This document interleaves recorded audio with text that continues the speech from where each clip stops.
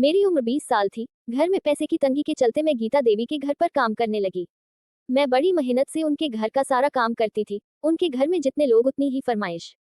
सुबह से ही मेरे नाम आदेशों की लाइन लगनी शुरू हो जाती थी। फिर भी मैं खुशी खुशी सबकी फरमाइश पूरी कर देती थी। मैंने भी जैसे अपने दो पैरों में 10 पहिए लगा रखे हो, मेरी सेवा से घर का हर सदस्य संतुष्ट था।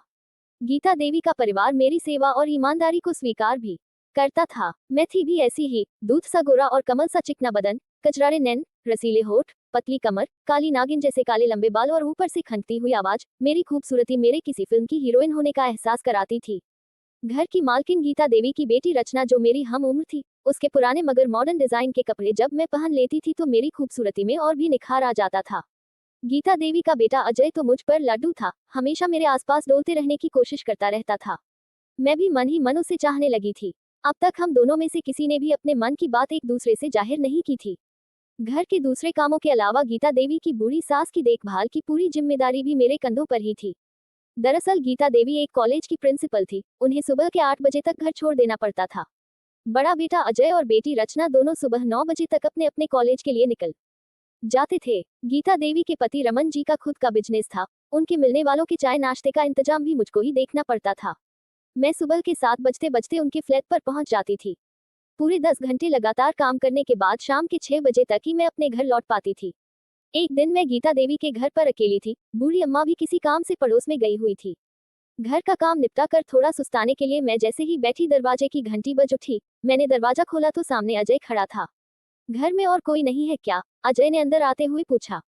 नहीं, मैंने छोटा सा जवाब दिया। कमरे में खुद के अलावा अजय की मौजूदगी ने मेरे दिल की धड़कनें बढ़ा दी थी। मैं अपनी नजरें चुरा रही थी, उधर अजय का दिमाग मुझको अकेला पाकर बहकने लगा था। अजय ने अपने कमरे में जाते हुए मुझको एक गिलास पानी देने के लिए आवाज लगाई। मैं पानी लेकर कमरे में पहुंची। अजय ने मुझे गिलास मेज पर रख देने का इशारा किया। गिलास रखकर जब मैं लौटने लगी तो अजय ने मुझे पीछे से अपनी बाहों में कसकर जकड़ लिया। एक तो लड़की की गदरा देह, मुश्किल से मिली तन्हाई और मालिक होने का रोब। अजय पूरी तरह अपने अंदर के हैवान के आगे मजबूर हो चुका था। ये आप क्या कर रहे हैं साहब? मैं बुरी तरह डरी हुई थी।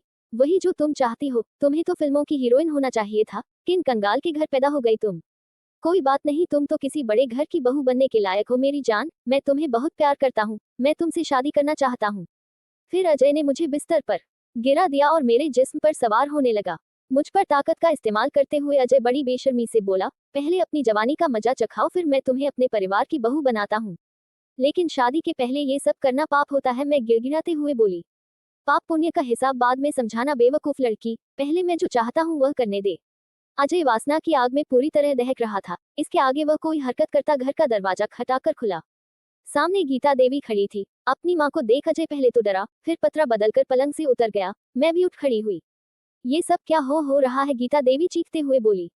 देखिए ना मम्मी, कैसी बदचलन लड़की को आपने घर में नौकरी दे रखी है। अकेला देखकर इसने मुझे जबरन बिस्तर पर खींच लिया। यह इस घर की बहू बनने के सपने देख रही है। अजय ने एक ही सांस में अपना कसूर मेरे सिर पर मार दिया। नहीं मालकिन नहीं, ये सच नहीं है, कहते हुए मैं रो पड़ी। देख रही है मम्मी कितनी ढीठ है ये लड़की, ये कब से मुझ पर डोरे डाल रही है। आज मुझे अकेला पाकर अपनी असलियत पर उतर ही आए। अजय सफाई देता हुआ बोला। मैं खूब जानती हूँ इन छोटे लोगों को, अपनी औकात दिखा ही देते हैं। अब मैं इसे काम पर नहीं रख सकती। गीता देवी मुझ पर आंखें रते हुए बोली। नहीं मालकिन, ऐसा मत कीजिए, हम लोग भूखे मर जाएंगे। मैं बोली। भूखे क्यों मरोगे? अपनी टकसाल लेकर बाजार में बैठ जाओ, अपनी भूख के साथ साथ दूसरों की भी भूख मिटाओ। घरों में झाड़ू पोछा करके कितना कमाओगी? चलो निकलो अभी मेरे घर से। मेरे बेटे पर लाछन लगाती है, गीता देवी बेरुखी से बोली। मैं हैरान सी सब कुछ सुनती देखती रही। मेरा सिर चकराने लगा। कुछ देर में जाकर मैं संभली और बिना उनकी तरफ देखे दरवाजे से बाहर निकल गई। घर आकर मैंने रोते रोते सारी दास्तान अपनी माँ को सुनाई। मेरी माँ हैरान रह गई। माँ, इसमें मेरी कोई गलती नहीं है। ये सच है कि मैं मन ही मन अजय बाबू को चाहने लगी थी, पर इन सब बातों के लिए कभी तैयार नहीं थी। वह तो इन वक्त पर मालकिन आ गई और मैं बर्बाद होने से बच गई। मुझे माफ कर दो माँ। मैं रोने लगी। माँ ने मुझको खींचकर गले से लगा लिया। मैं काफी देर तक माँ से लिपट कर रोती रही। रो लेने के बाद मेरा जी हल्का हो गया। मैं लुटते लुटते बची थी। इसके लिए मैं मन ही मन गीता देवी को धन्यवाद भी दे रही थी। एन वक्त पर उनका आ धमकना मेरे लिए वरदान साबित हुआ था। मुझको अब अपने सपनों के टूट जाने का कोई गम नहीं था। मेरे सपनों का राजकुमार तो अंदर से बड़ा ही बदसूरत निकला था। महीने की पगार की आश टूट गई तो क्या हुआ, इज्जत का कोहिनूर तो बच गया। वह अगर लौट जाता तो किस दुकान पर वापस मिलता।